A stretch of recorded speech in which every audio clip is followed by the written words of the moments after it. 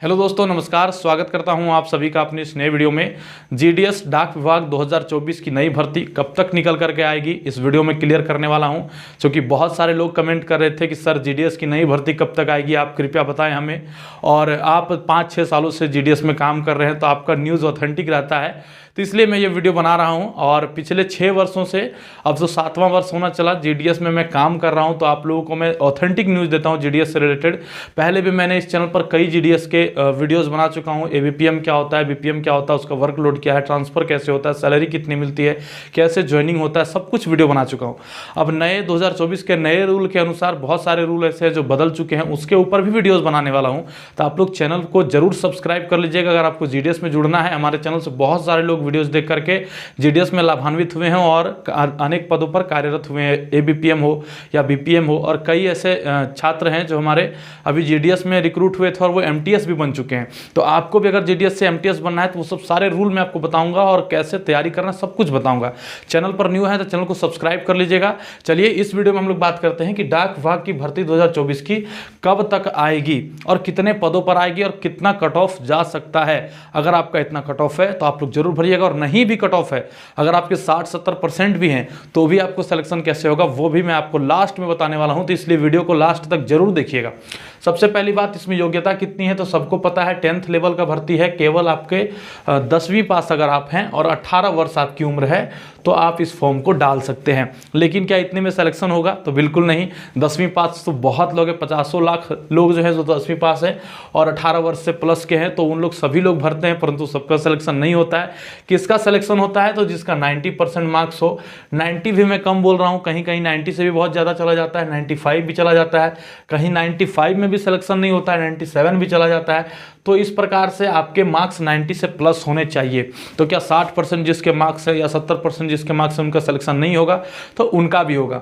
कैसे होगा देखिए, उसको मैं बाद में बताऊंगा। पहले पद बता दूं तो पद आपके लगभग 35,000, ठीक है, लगभग 35,000 पद आपके निकल करके आने वाले हैं। ठीक है, 35,000 पद आप लोगों का निकल करके आने वाला है, क्योंकि हर साल जितने भी सरकारी डिपार्टमेंट है उनका जो डाटाबेस है वो सरकार के पास जाता है कि इतने पद हमारे पास रिक्त हैं, और सरकार फिर जो है उसका एनालिसिस करता है और सरकार जो है उसको निकालने का, रिक्त पद को भरने का अधिसूचना जो है विभाग को देता है और फिर भर्तियां निकलती है। ठीक है, तो ऐसे में जनवरी फरवरी में आपका जो रिक्तियां हैं उनकी गणना होकर के सरकार के पास चली गई है। ठीक है, लेकिन अब ऐसा है क्या कि लोकसभा के चुनाव आपके नज़दीक हैं, 1 महीने के अंदर अंदर चुनाव सभी राज्य में होने वाले हैं। तो ऐसे में आचार संहिता लगने के कारण भर्ती आपकी रुक गई है। ठीक है, वरना फरवरी में भर्ती आपकी आने वाली थी, फरवरी में भर्ती नहीं आई। तो अब भर्ती कब आएगी? तो अब 35,000 से प्लस पद रह सकते हैं, कम नहीं रहेगा। 35 से प्लस रहेगा, हो सकता है 38 हो जाए या 42 हो जाए, लेकिन 35,000 से अधिक पदों पर आपकी जीडीएस की भर्ती निकल करके जुलाई महीने में आने वाली है। ठीक है, जुलाई से लेकर के और अगस्त के बीच में आपकी भर्ती आने वाली। जुलाई मिड हो या अगस्त का फर्स्ट वीक हो, एक बार और ध्यान से सुन लीजिए, जुलाई का मिड मंथ हो या फिर अगस्त का फर्स्ट वीक हो, आपका वैकेंसी आने वाला है। जैसा कि जून में आपका जो है रिजल्ट निकल जाएगा, चुनाव का रिजल्ट जून में आ जाएगा, तो जुलाई में सरकार हो सकता है जुलाई के लास्ट वीक या अगस्त के फर्स्ट वीक में आपका भर्ती निकाल करके रेडी कर दे, क्योंकि रिक्तियों की सारी गणना वगैरह सब कुछ हो चुका है, बस अधिसूचना भेजने का कमी है। ठीक है, जैसे ही विभाग जो है, विभाग की ओर से ग्रीन सिग्नल है। ठीक है, परंतु सरकार जैसे ही इसको कार्मिक के पास भेजेगी और आपका नया भर्ती निकल करके सामने देखने को मिल जाएगा। ठीक है, रोजगार समाचार आप लोग अगर देखिएगा तो उसमें भी ये भर्ती 15 दिन 20 दिन पहले आपको निकल करके वहाँ भी आप आ जाएगा, वहाँ भी आप देख सकते हैं। कब आएगा? तो जुलाई अगस्त के मिड मंथ में आपका आ सकता है। अब देखिए 90% अगर आपका नहीं है या आपका अगर 95% नहीं, आपका 70 है, 60 है, तो ऐसे में आपको मैं एक हाई रिस्क बताता हूँ। ठीक है, रिस्क इसमें थोड़ा सा ज़्यादा है, परंतु आपके सिलेक्शन के चांस भी ज़्यादा है। कैसे? अगर देखिए हर एक का आधार कार्ड, अभी ये बहुत इंपॉर्टेंट मैं बता रहा हूँ ये चीज़। ठीक है, और सबको शेयर करने वाली बात ये सब नहीं है, फिर भी मैं आपको बता रहा हूँ क्योंकि हमारे चैनल से जो जुड़े हैं उनको कुछ अधिक लाभ मिलना चाहिए। तो इसलिए वीडियो को आप लोग जरूर शेयर कीजिएगा और सब्सक्राइब कर लीजिएगा। अगर आपके आधार कार्ड में, जैसे हर एक आदमी अपने आधार कार्ड को 2 बार एडिट कर सकता है। ठीक है, हर एक आदमी, पहले तो बहुत बार आप कर सकते थे, पर न्यू रूल के अनुसार अब 2 ही बार आप आधार कार्ड को अपडेट कर सकते हैं। ठीक है। उसमें से कई ऐसे चीज़ हैं जिसको आप 3 बार भी कर सकते हैं, परंतु डेट ऑफ बर्थ आप एक बार आधार में चेंज करवा सकते हैं। लेकिन कब आप करवाइएगा? जब आपका एज ओवर हो गए हैं, आप 27, 28, 29 साल के हो गए हैं, आपका नौकरी कहीं नहीं लग रहा है, 26 साल के हो गए हैं, 27 साल के हो गए, आपका नौकरी नहीं लग रहा है, तब मैं बता रहा हूँ। अगर आप 18, 19 साल के हैं तो आप ये गलती मत कीजिएगा, क्योंकि आगे के चांसेस आप खो दीजिएगा। तो 18 साल आप उसमें 18 साल 19 साल आप करवा लीजिए। आप 19 साल आधार कार्ड में पहले डेट ऑफ बर्थ अपना करवा लीजिए कम करके, ठीक है। और आप कहीं भी मध्यमा बोर्ड से, मध्यमा बोर्ड हो गया आपका, ठीक है, संस्कृत बोर्ड जिसको बोलते हैं, या फिर मदरसा बोर्ड हो गया, ठीक है, मदरसा बोर्ड हो गया, आप मदरसा बोर्ड से, मध्यमा बोर्ड से कहीं से भी आप फॉर्म भर सकते हैं मैट्रिक के, ठीक है। मैट्रिक के आप फॉर्म भर करके आप एग्ज़ाम दे सकते हैं, या फिर बहुत सारे सुदूर ऐसे राज्य हैं जहां पर आप भर सकते हैं। और ये लीगल है, ये कोई तरह का इलीगल नहीं है, ये लीगली प्रोसेस है।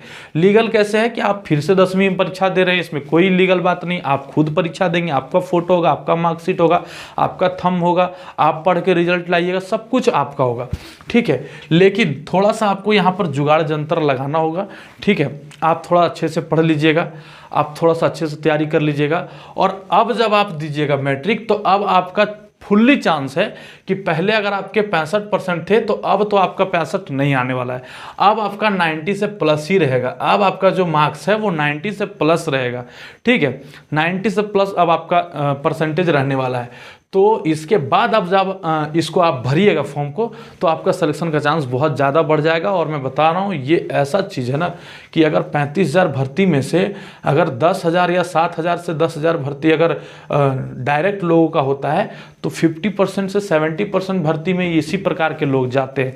और ये बात आपको कोई नहीं बताएगा, सिर्फ व्यू छापने के लिए और लोगों को बरगलाने के लिए लोग तरह तरह की वीडियो बनाते हैं। परंतु मैं बता रहा हूँ, आपने अगर फिर से 10वीं की परीक्षा दी, चाहे वो मदरसा बोर्ड से मुस्लिम भाई हो, चाहे मध्यमा बोर्ड से, संस्कृत बोर्ड से, चाहे किसी भी बोर्ड से आप एग्ज़ाम दे करके आप अच्छे खासे परसेंटेज मार्क्स गेन कर सकते हैं और डायरेक्ट आपकी बहाली हो जाएगी।